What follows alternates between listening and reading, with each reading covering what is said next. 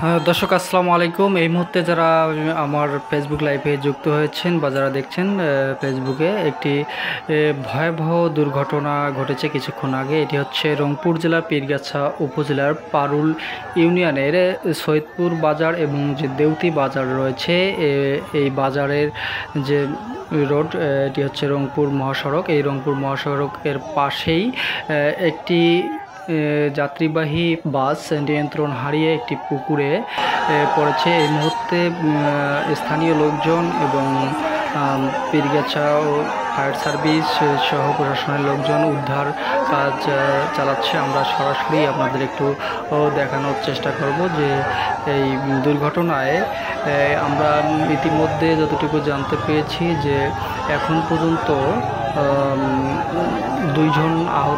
দুইজন নিহত হয়েছে এবং বাসটি হচ্ছে এখন উদ্ধার তৎপরতা চালাচ্ছে স্থানীয় লোকজন। এখানে উৎসুক জনতা আপনারা দেখতে পাচ্ছেন।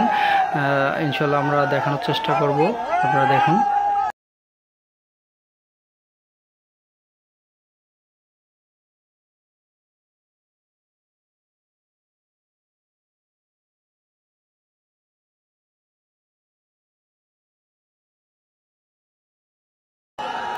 স্থানীয় লোকজন যেটি বলছে যে এটি হচ্ছে গাইবান্ধা থেকে আসা একটি বিয়ের বাড়ির বাস। এই বাসে অধিকাংশই মহিলা যাত্রী ছিল।